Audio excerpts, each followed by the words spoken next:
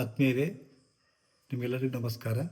ಎಷ್ಟೋ ಜನ ಇಲ್ಲಿ ಬಂದು, ಗುರುಜಿ ನಮಗೆ ಹಣಕಾಸಿನ ಹರಿವು ಭಾಳ ಕಮ್ಮಿ ಆಗ್ಯದ ಮತ್ತು ಅಂತ ಕೆಲವು ಮಂದಿ ಬರ್ತಾರೆ. ಕೆಲವು ಮಂದಿ ಸಾಕಷ್ಟು ದುಡಿತೀವಿ, ರೊಕ್ಕ ಬರ್ತೈತೆ, ಆದ್ರೆ ಒಂದು ಪೈಸೆ ಉಳಿದಿಲ್ಲ ಅಂತ ಬರ್ತಾರೆ. ಕೆಲವು ಮಂದಿ ನಮ್ಮ ಮನ್ಯಾಗ ಏನಾಗಿತ್ತು ಏನೋ, ಏನು ಕೆಲಸ ಮಾಡಿದ್ರು ಟುಸ್ಸ ಆಗ್ತಾವೆ ಗುರುಜಿ, ಒಟ್ಟು ಯಶಸ್ಸು ಪ್ರಾಪ್ತಿ ಆಗೋದಿಲ್ಲ. ಈ ಮೂರು ಏನು ಕೇಳ್ಕೊಂಡ್ರಲ್ಲ, ಇದೆಲ್ಲಕ್ಕೂ ಒಂದು ರಾಮಬಾಣ ಅದ. ಏನು ಇಂಥದ್ದೊಂದು ಟ್ರಾನ್ಸ್ಪರೆಂಟ್ ಡಬ್ಬಿ ಸಿಗ್ತಾವೆ, ಪ್ಲಾಸ್ಟಿಕ್ ಡಬ್ಬಿ. ಇದ್ರೊಳಗೆ ನೀವು ಮೊದಲು ಸ್ವಲ್ಪ ಉಪ್ಪು ಹಾಕಬೇಕು, ಒಂದು ಚಮಚದಷ್ಟು. ಈಗ ಒಂದು ಚಮಚದಷ್ಟು ಉಪ್ಪು ಇಲ್ಲದ ಈ ಉಪ್ಪನ್ನು ಇಲ್ಲಿ ಹಾಕ್ತೀವಿ ನಾವು, ಹೌದಾ? ಸೊ ಒಂದು ಚಮಚ ಆಗುವಷ್ಟು ಉಪ್ಪನ್ನು ಇಲ್ಲೇ ಹಾಕ್ತೀವಿ ನಾವು. ಇದರ ಮೇಲೆ 5 ಲವಂಗಗಳನ್ನು ಹಾಕ್ತೀವಿ. 5 ಫೂಲ್ವಾಲಿ ಲವಂಗ ಅಂತೀವಿ. ಅದರೊಳಗೆ ಮೇಲ್ಭಾಗದ್ದು ಒಂದು ಫ್ಲವರ್ ಇರಬೇಕದು, ಫೂಲ್ವಾಲಿ ಲವಂಗ. ಇವನ್ನ ಈ ಡಬ್ಬಿಯೊಳಗೆ ಹಾಕಬೇಕು. ಇದು ಆದಮೇಲೆ ಸುಮಾರು 1 ಚಮಚದಷ್ಟು ಅಕ್ಕಿ ಹಾಕಬೇಕು. 1 ಚಮಚದಷ್ಟು ಅಕ್ಕಿಯನ್ನು ಸೇರಿಸ್ಬೇಕು. ಇದರಲ್ಲಿ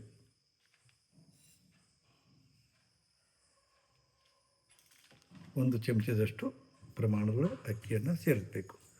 ಆಮೇಲೆ ಇದಕ್ಕೆ ಮೇಲೆ ದೈವಿಕ ಚೂರ್ಣ ಅಂತ ಇದು ಮಾಡಬೇಕು, ಸಿಂಪಡಿಸ್ಬೇಕು ದೈವಿಕ ಚೂರ್ಣವನ್ನು. ಸೊ ಇದಾಯ್ತಲ್ಲ, ಈಗ ಇದನ್ನು ಸರಿಯಾಗಿ ಮುಚ್ಚಳವನ್ನು ಮುಚ್ಚಬೇಕು. ಈಗ ಕೆಳಗಡೆ ಒಂದು ಈ ಥರದ 4 ಅಂಕಿ, ಹಿಂಗೆ ಈ ಥರ 4, ಈ ಥರ ಕನ್ನಡ 4 ಬರ್ತಲ್ಲ, ಆ ಥರ 4 ಅಂಕಿಯನ್ನು ಕೆಳಗಡೆ ಬರಿಬೇಕು. ಆನಂತರ ಮೇಲ್ಗಡೆ 11 1 1 1 1 7 6 ಇಷ್ಟು ಬರೆದ್ರೆ ಸಾಕು. ಮೇಲ್ಗಡೆ 1176, ಕೆಳಗಡೆ ಇದು ಇನ್ಫಿನಿಟಿ ಅಥವಾ ಇನ್ಫಿನಿಟಿ ಲಾಕ್ ಅಂತಂತಾರೆ, ಅಥವಾ ಹಣಕಾಸಿನ ಚಿಹ್ನ ಅಂತ ಬರೀತಾರೆ.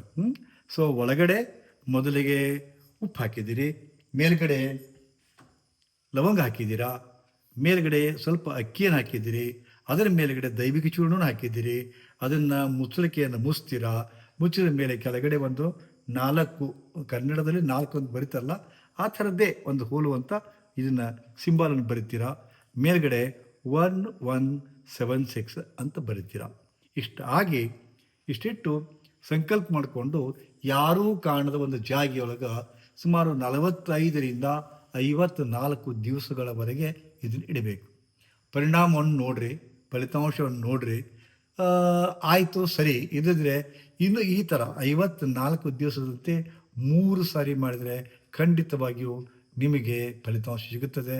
ನಿಮ್ಮ ಮನೆಯೊಳಗಾಯಿತು, ಹಣಕಾಸಿನ ಹರಿವಿನಲ್ಲಾಯಿತು, ಮತ್ತು ಹಣಕಾಸು ಬರ್ತದ ಮತ್ತು ಅದು ಉಳಿತಾ ಇಲ್ಲ ಅಂತಕ್ಕಂಥ ಕೊರಗು ಕಡಿಮೆ ಆಗೋದನ್ನು ಗ್ಯಾರಂಟಿ ನೋಡ್ತೀರಿ. 54 ದಿವಸದೊಳಗೆ ಎಷ್ಟೋ ಮಂದಿ ರಿಸಲ್ಟ್ ಸಿಗುತ್ತೆ, 45ರಿಂದ 54.